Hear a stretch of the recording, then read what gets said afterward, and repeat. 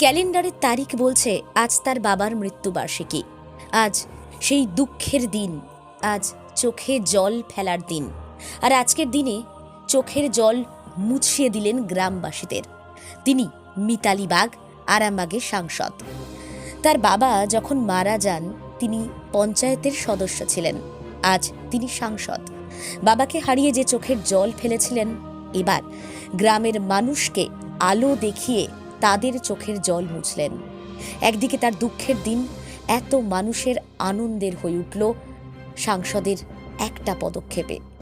এক অসাধারণ ব্যক্তিত্ব, মানসিকতা, মানবিকতা এবং দায়িত্বশীলতার পরিচয় দিলেন মিতালি বাগ, আরামবাগের তৃণমূল সাংসদ।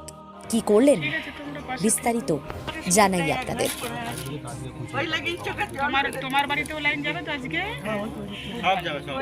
এই রাস্তাটা কি করতে দেবে? আমাদেরকে রাস্তাটা ঠিক আছে। এইখানটা থেকে কত এখান থেকে? গ্রাম ছিল অন্ধকার, এবার এলো আলো। ব্যবস্থা করলেন সাংসদ। হুগলির আরামবাগের সাংসদ মিতালি বাগের কাজে খুশি হুগলির গোঘাট বিধানসভার অন্তর্গত হাজিপুর গ্রাম পঞ্চায়েতের মণ্ডল গ্রাম।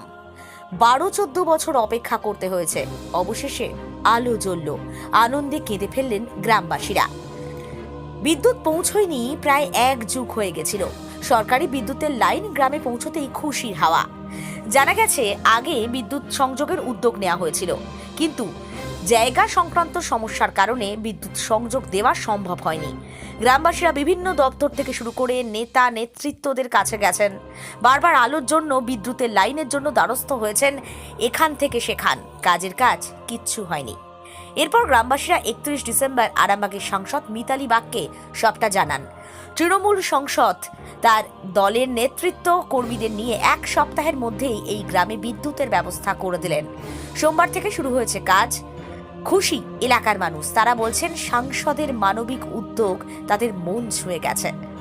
এই যে 12-14 বছর ধরে লাইনের মেজারমেন্ট হয়েছিল, খুঁটি পড়েছিল, কিন্তু বিদ্যুৎ পৌঁছয়নি, সেখান থেকে দাঁড়িয়ে একদম নতুন বছরের শুরুতেই সুখবর সত্যি মন ভালো করে দিল।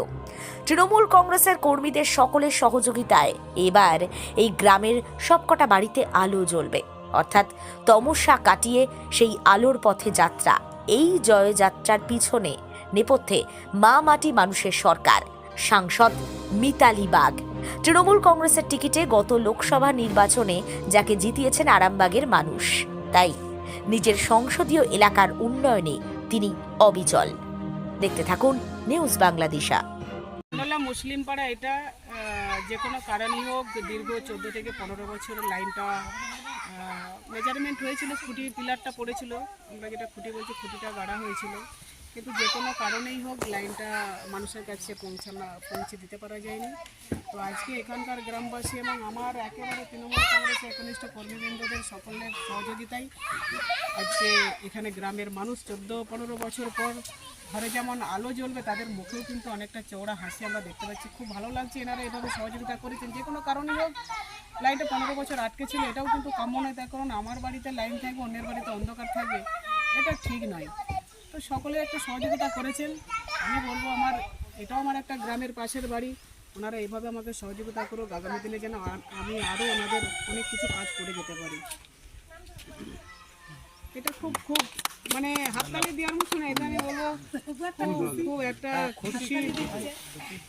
খুশির আমি বলবো খুশি। আলো জ্বলা মানে তো একটা খুশির দিন। অন্ধকার থেকে আলোর জগতে আসতে পারাটা, এটা তো খুব ভালো লাগে এবং ভালো দিন। আজকে আমি বলবো, আজকে সকলেই জানেন যে আজকের দিনে আমার বাবা আমাদের ছেড়ে পরলোক গমন করেছেন 1/6/2016 সালে। হঠাৎ করে বাবা চলে গেলেন আমাদের ছেড়ে। একদিকে মনটা আমার যেমন ভারাক্রান্ত রয়েছে বাবার জন্য, সকাল থেকে আমাদের বাড়িতে একটু কান্নার রোল।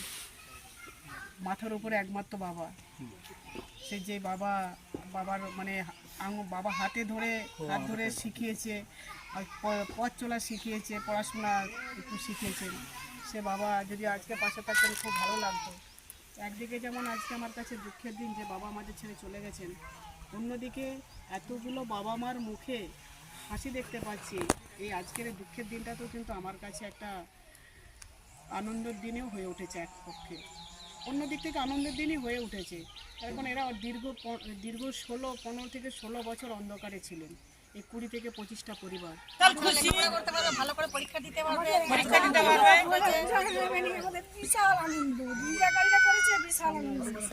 আমরা বহুদিন ধরে ভুগছি, এতদিন ধরে ভুগছি, কিছু করার নাই, বলার নেই। ছেলেরা কাঁদছে, আরো বড় হোক। ছুটেছে ওই বিকাশ আমার ছেলে কত জায়গায় ছুটেছে, কত জায়গায় দরখাস্ত দিয়েছে, অনেক কষ্ট পেয়েছি, অনেক নির্যাতন পেয়েছে, সারা রাত অনেক কষ্ট পেয়েছে।